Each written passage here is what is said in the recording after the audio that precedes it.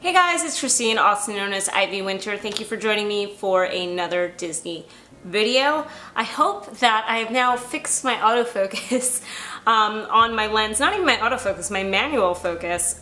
If you notice, a lot of my last few videos have seemed a little weird. The background has been more focused than I have, and that was because my lens was having some issues with the focus. Did a little troubleshooting on Google and figured out how to fix it.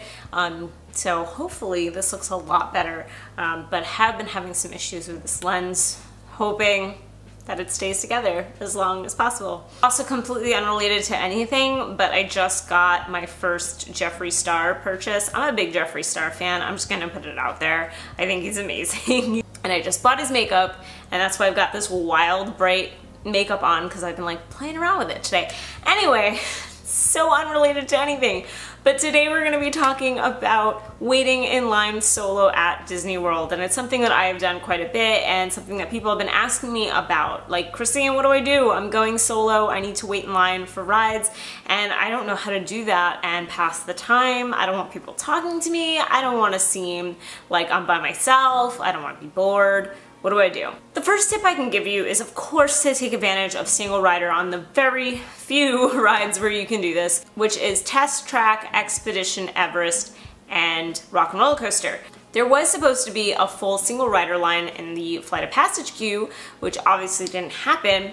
However, when you start to make your way to the final boarding area, they start to pull people by groups. If you say that you're one person, they're going to put you down this middle row, and you're going to easily kill about 10 or 15 minutes of your wait, because they're just going to put you on with the next group that needs a single person. So that's really good to take advantage of too. But if you can't do that and you don't have a fast pass and you're waiting in line and you know it's gonna be a 40-minute wait, what do you do? One of the first things I recommend is to definitely have the My Disney Experience app, and then to use it to plan the rest of your day or your next moves while you're online. You might as well utilize the time that you're standing there instead of trying to figure it out after the ride.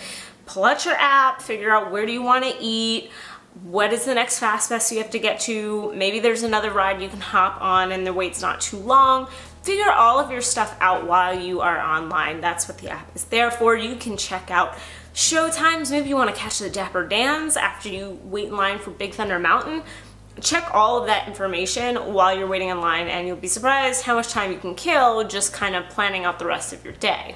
Speaking of apps, Disney just launched recently the Disney Play app, and I think this is going to be a really big game changer, not just for anyone waiting in line, but especially for solo trip people waiting in line, because it really gives you something to do that interacts with the rest of your environment. So you can play trivia that has to do with different areas that you're in. You have interactions with stuff in the queue, little known facts, games that you can play with other people, but also by yourself. And that's the really beauty of this Play app, is that you don't have to be connected to other people to have a good time. You can play the trivia on your own. You can get the achievements for riding rides on your own, which is like, I'm all over the achievement thing.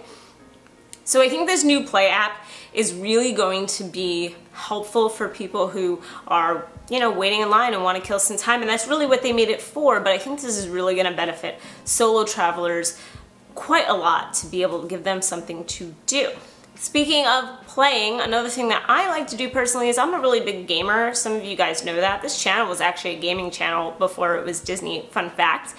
And I like to bring my handheld system. So I've brought my PS Vita before, I've brought my Switch before. I know not everyone loves the idea of bringing like an expensive system like that, so maybe it's just having games on your phone.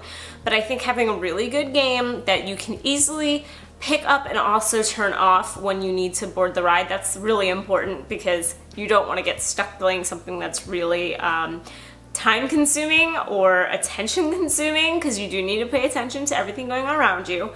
But having a video game to play is a huge time killer, and generally when you're playing that, everyone kind of leaves you alone. No one's ever like bothered me when I was playing a game. Of course, if you're playing games on your phone or if you have those apps I mentioned, I highly recommend that you have a portable battery pack with you because your phone can and will die with that much usage. So I always bring one. I have like a Anchor one.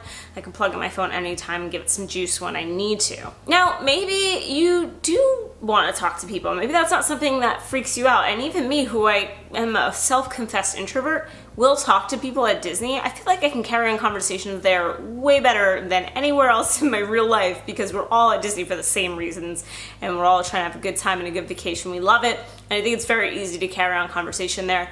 And it has happened inadvertently to me. Maybe someone's commented on something I was wearing. Maybe I complimented someone on a hat or overheard a conversation. Maybe they're from New York and I go, hey, I'm from New York, and we have like a little conversation. Definitely a fun way to pass time in line, a quick way to get to know the people around you, but also not for everyone. I know that some people would rather just like stare at the ground and just do whatever rather than speak to people, so this is not a tip for everybody, but if you feel like you can and want to maybe start a conversation with someone, it's really easy to do that at Disney, and that could be a really cool way to just like get to know a person for like 15 minutes, you know, before you go on this ride. You meet very interesting people. And I think my last big tip is maybe put away the phone and away the video games once in a while and look around you, because I feel like I've come to appreciate the details of queues more solo than when I'm with groups. When I'm with a group, talking to everybody, we're having conversations, I'm distracted, I'm not really looking at what's going on around me as much. But when I'm solo, I get to read all the little signs in the Big Thunder queue. I play around with the interactive stuff at Seven Dwarfs or in Haunted Mansion queue.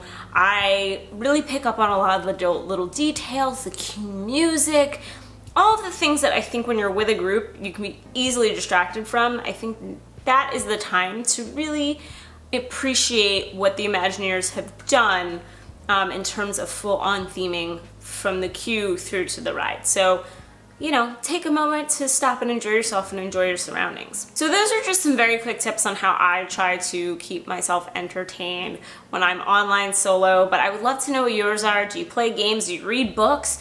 What is it that you do when you travel solo, if you've traveled solo, to kind of keep yourself busy when you have to actually wait in line for a ride? Let me know in the comments below.